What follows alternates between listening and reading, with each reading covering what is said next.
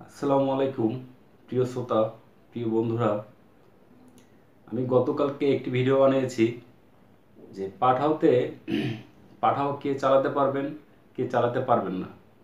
তো আমি গতকালকের ভিডিওতে বলেছি কে চালাতে পারবেন, কারা কারা পাঠাও রাইড শেয়ার করতে পারবেন। আর আজকের ভিডিওতে আমি বলবো কে কে বা কারা কারা পাঠাও রাইড শেয়ার করতে পারবেন না। আমি আপনাদের এই ইনফরমেশনগুলো আজকে দিব। তো বন্ধুরা, ভিডিওটি শুরু করার আগে আপনাদের কাছে রিকোয়েস্ট এটাই, আমার চ্যানেলটি সাবস্ক্রাইব করে বাসার বেল আইকনটি বাজিয়ে দেবেন, আর অবশ্যই লাইক কমেন্ট শেয়ার করবেন। তো শুরু করা যাক, মূল টপিকে আসি আমরা। পাঠাওতে বা কন্টাক্টে বা উবারে কারা কারা আপনারা রাইড শেয়ার করতে পারবেন না। এক নাম্বার হচ্ছে যারা 18 বছরের নিচে, 18 বছর নিচে তারা বাইক রাইড শেয়ার করতে পারবেন না রাস্তায়, ইনকামের জন্য অন্তত।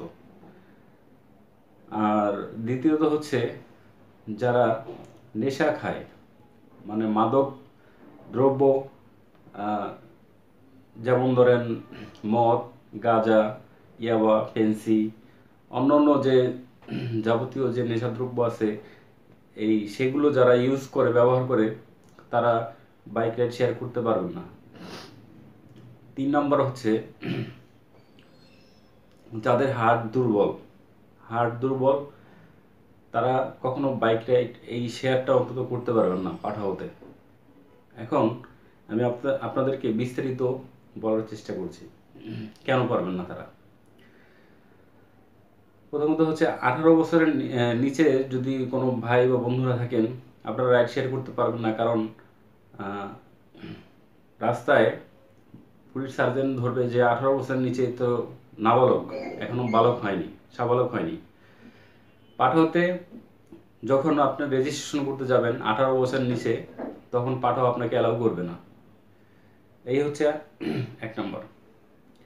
আর যারা নেশাগ্রস্ত, নেশা ব্যবহার করে রাস্তায় বাইক চালানোর মানে চিন্তা ভাবনা আছে যাদের, তাদের উদ্দেশ্যে বলবো আপনারা কখনো বাইক নিয়ে নেশা দ্রব্য ব্যবহার করে রাস্তায় নামবেন না।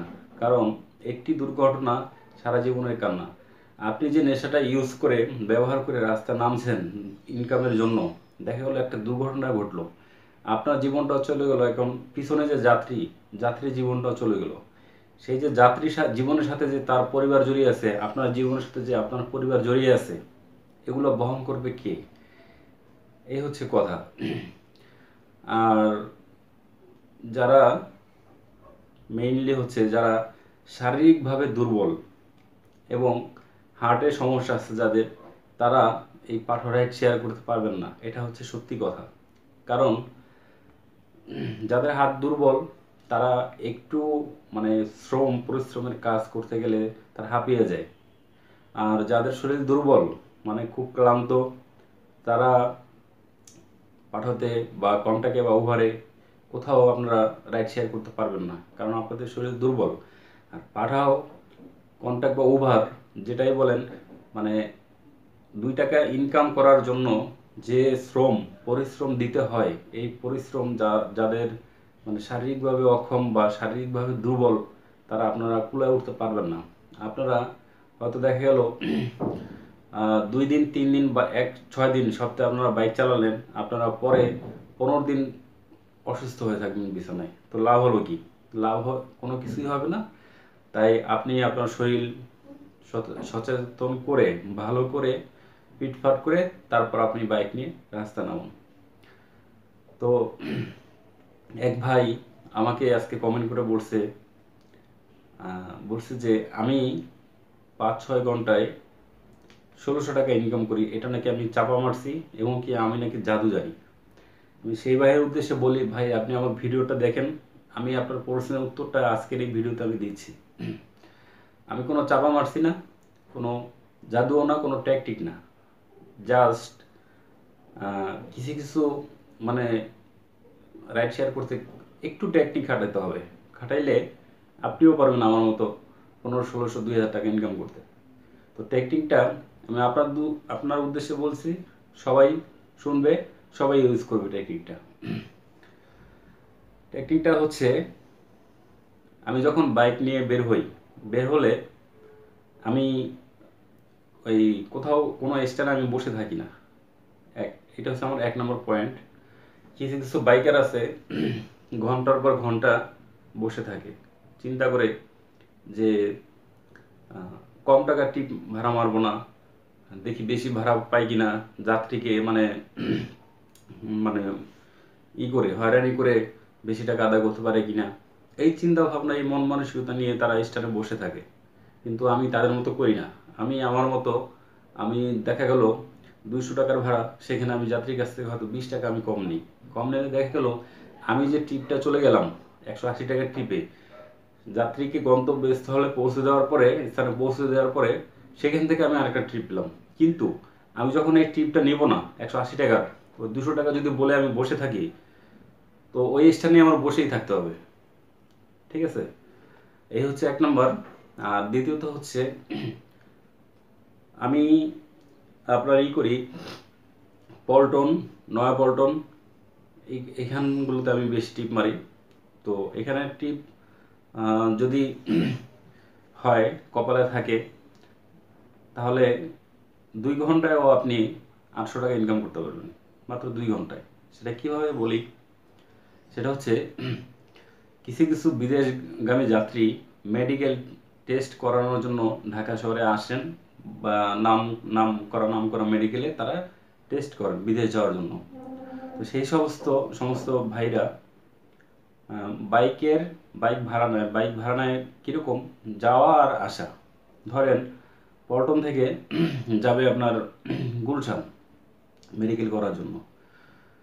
তো গুলশান গেলে ভাড়াটা তো আমরা চাই না তার কাছে তখন, কারণ ভাড়াটা আসে এইভাবে, সেই টেকনিকটাও আমি বলি। ভাড়াটা আসে এইভাবে, ওই বিদেশগামী যাত্রী যে মেডিকেল করবে, যে কি বলে, ওই যে বিদেশে লোক পাঠায়, যে ট্রাভেলস এজেন্সিতে তারা আসে, সেই ট্রাভেলস এজেন্সিতে পিয়ন থাকে। সেই পিয়নের মাধ্যমে এই ট্রিপগুলো আসে। সেই পিয়নকে আমাদের বাইকের কাগজপত্র, আমাদের voter ID card, licence, photocopy, সেগুলো তার কাছে জমা রাখতে হয়। জমা রেখে একটা বিশ্বস্ত হয়ে সে একটা ওই যাত্রীকে বলে যে আমাদের পরিচিত বাইক আছে, সেই বাইকের মাধ্যমে আপনি আসা যাওয়া করতে পারবেন। তো সেই পিয়ন করে কি, ধরেন 800 টাকা ধরে আপ ডাউনে যাবে আসবে, ওইখানে 1 ঘন্টা বা 1.5 ঘন্টা বসে থাকতে হবে। থেকে তাকে মেডিকেল করায় আবার সে স্থান নিয়ে আসতে হবে। তো 800 টাকা যদি দেয়, সেইখান থেকে 200 টাকা যাবে পিয়নের পকেটে, তাহলে থাকলো 600 টাকা। এখন 2 ঘন্টায় 600 টাকা। এখন আমি যদি পরবর্তী এই টিপটা মানে যদি আমি আর একটা টিপ পাই, তাহলে 4 ঘন্টায় 1200 টাকা। যদি 1200 টাকা হয়, আর যদি আর একটা টিপ পাই, তাহলে 6 ঘন্টায় 1800 টাকা। তো যে ভাই আমাকে প্রশ্নটা করছেন, তাকে বলি, আপনি 5 থেকে 6 ঘন্টায় রাইড শেয়ার করে আপনি 1100 টাকা উঠাইতে আপনার কষ্ট হয়ে যায়। কিন্তু আমি যে টেকনিকের কথাটা বললাম, এটা আপনি কাজে লাগাবেন, আপনিও 5 থেকে 6 ঘন্টার ভিতরে আপনি 1600 না, আমি আপনাকে 1800 টাকার হিসাব দিলাম, 1800 টাকা থেকে 2000 টাকা ইনকাম করতে পারবেন এই টেকনিক যদি আপনি অবলম্বন করেন। যদি সারাদিন গাধার মতো মনে করেন খাটতে থাকেন সারাটা দিন, তাহলে তো হবে না। তো তাই সব কাজ বা সব চাকরির ক্ষেত্রেই কিছু কিছু টেকনিক অবলম্বন করা লাগে, এবং কি সবাই করে। হ্যাঁ, বাঁচতে হলে জানতে হবে। তো এই হচ্ছে কথা বন্ধুরা। আমি তো আমার কথাগুলো বললাম আজকে, যে কিভাবে কারা বাইক রাইড শেয়ার করতে পারবেন না। ভাই, বাইক রাইড শেয়ার করা যে এত পরিশ্রমের কাজ, মানে আমি আপনাদের বলে বোঝাতে পারবো না। আমি গত 7 দিন অসুস্থ ছিলাম। আমি এই বাইক চালিয়ে 1 সপ্তাহ বাইক চালিয়ে আমি 1 সপ্তাহ অসুস্থ ছিলাম। অসুস্থ থাকার পর আজকে আমি সকালে বের হয়ে আজকে আমি সকাল 10টা বাজে বের হয়েছি, আমি বিকেল 5টা বাজে বাসায় চলে আসছি। আমার পকেটে প্রায় ছিল 1700 টাকা ছিল। 1700 টাকা আমি নিয়ে আসছি।